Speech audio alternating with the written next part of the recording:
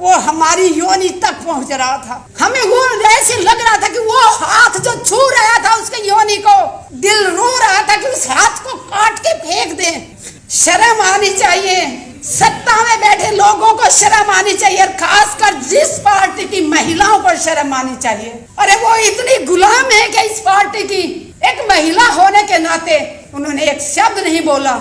चाहे वो पहलवानों को घसीटा गया हो, चाहे किसानों के ऊपर, जिंदा किसानों के ऊपर गाड़ियां चढ़ा दी गई हो, तकलीफ होती है, बहुत तकलीफ होती है, लेकिन ये ज्यादा दिन तक चलने वाला नहीं है। पाप का घड़ा इनका भरने वाला है।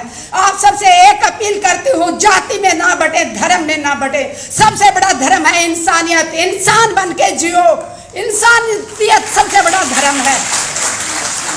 अत्याचार ना सहो, जितना अत्याचार सहोगे उतना ज्यादा दबाया जाएगा। देश सुरक्षित हाथों में है, सो जाइए आंख बंद करके। अरे मणिपुर में जो हुआ उसको देख के कोई बहन सोई है क्या? और जिसने कारगिल में अपना खून बहाया, दुश्मन से लड़ाई लड़ी, उसकी पत्नी को भी इन्होंने नंगा करके घुमाया।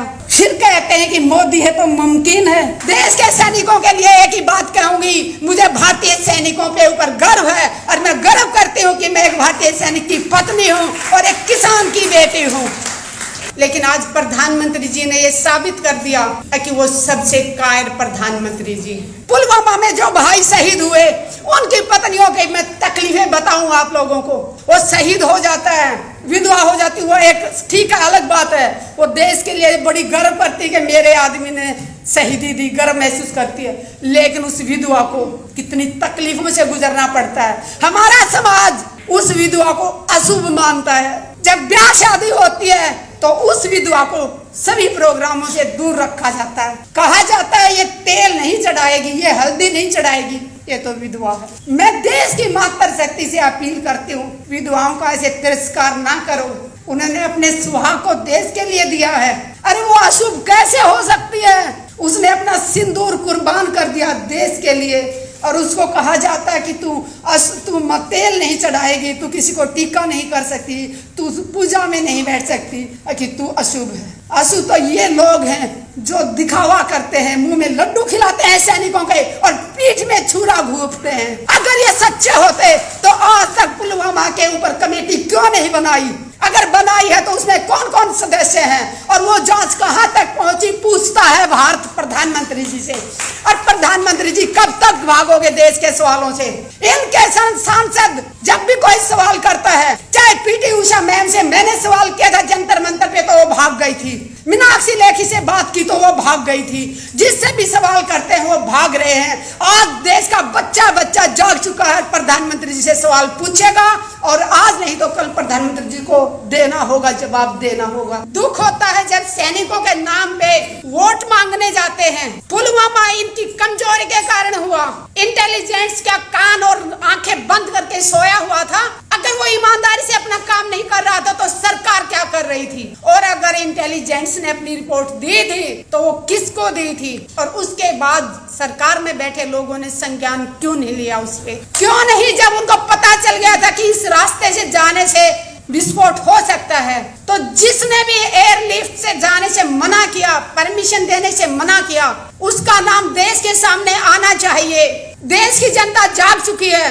बहुत देर तक इन्होंने धर्म के नाम पे लड़ा लिया, जाति के नाम पे लड़ा लिया, बट अब देश जाग चुका है। देश के समझ में आ गया है, अगर आप भी नहीं बोले तो हम बोलने लायक ही नहीं रहेंगे। ऐसी हालत करने की तैयारी कर रखी है देश की सरकार ने कि हम सिर्फ दो टाइम की रोटी मांगने के लिए हाथ फैलाएं, ताकि हम अपने हकों की आवाज ना उठा सके। जवान शहीद होते हैं, उस दिन उसके घर में खूब सारे लोगों का आना जाना, सुबह से शाम तक लाइन लगी रहती है। लेकिन उसके बाद उस विधवा को अपना जिंदगी कैसे बसर करती है, किस तरह अपने बच्चों को पढ़ाती है, ये देखने वाला कोई नहीं होता। उस बहन को, विधवा को अपनी पेंशन लागू करवाने के लिए सरकारी दफ्तरों के एक साल तक चक्कर काटने पड़ते हैं। हम बहुत बार रक्षा मंत्रियों से मिले हैं। मनोहर पारिकर जी थे तब भी मीटिंग होती थी, सीतारमन जी थे उनसे भी मीटिंग हुई, हमारे ये राजनाथ जी हैं इनसे भी मीटिंग हुई। लेकिन हमेशा वादा किया जाता है कि हाँ हम सब ये किया जाएगा, लेकिन ना कोई विधवाओं की सुनने वाला है, ना कोई जवानों की सुनने वाला है। और जवान विधवा की बात मैं इसलिए कर रही हूँ मैंने उन वीर नारियों को बहुत नजदीक से देखा है। मैंने उन वीर नारियों की बहुत तकलीफ देखी थी, तभी मैं जंतर मंतर पे माँ बाप की कसम खा के धरने पे बैठी थी जन सतवीर के साथ। आप में से शायद कुछ लोग जानते भी होंगे, मैं 1 मिनट लेके अपना बताना चाहूंगी। मैंने 810 दिन रिले हंगर स्ट्राइक किया था। एक टाइम खाना खाती थी 24 घंटे में, सुबह से शाम तक सिर्फ प्लेन पानी पीती थी, और उसके बाद 11 दिन तक मैंने आमरण अनशन किया था। और वहां पे बैठी थी तो माँ बाप की कसम खा के बैठी थी, किसान की बेटी हूँ और एक सैनिक की पत्नी हूँ तो पीछे हटने वाली नहीं थी। आईसीयू में पहुंच गई थी, 4 दिन तक मैं RR हॉस्पिटल में रही और मुझे बलात्कार की धमकी दी गई। और जब मैं FIR दर्ज कराने जाती हूँ, उस थाने की महिला SHO कहती है कितने चक्कर काटोगी, छोड़ो, ऐसे तो धमकियां मिलती रहती हैं। मैंने कहा जितने भी चक्कर काटने पड़े, जिसने मुझे बलात्कार की धमकी दी मैं उसको जेल भेज के रहूंगी। आप यकीन मानेंगे 14 महीने बाद मेरी FIR दर्ज की, मैं दिल्ली की बात कर रही हूँ, और वो भी तब मैं महिला आयोग गई, साइबर क्राइम गई, दोनों तरफ से दबाव पड़ा। उसके बाद 14 महीने बाद वो FIR दर्ज की, और उसके बाद आज 30,000 कोर्ट में केस चल रहा है। आज तक नहीं ढूंढ पाए कि वो इंसान कौन था जो एक आर्मी ऑफिसर की पत्नी को बलात्कार की धमकी दे रहा था। जय जवान जय किसान।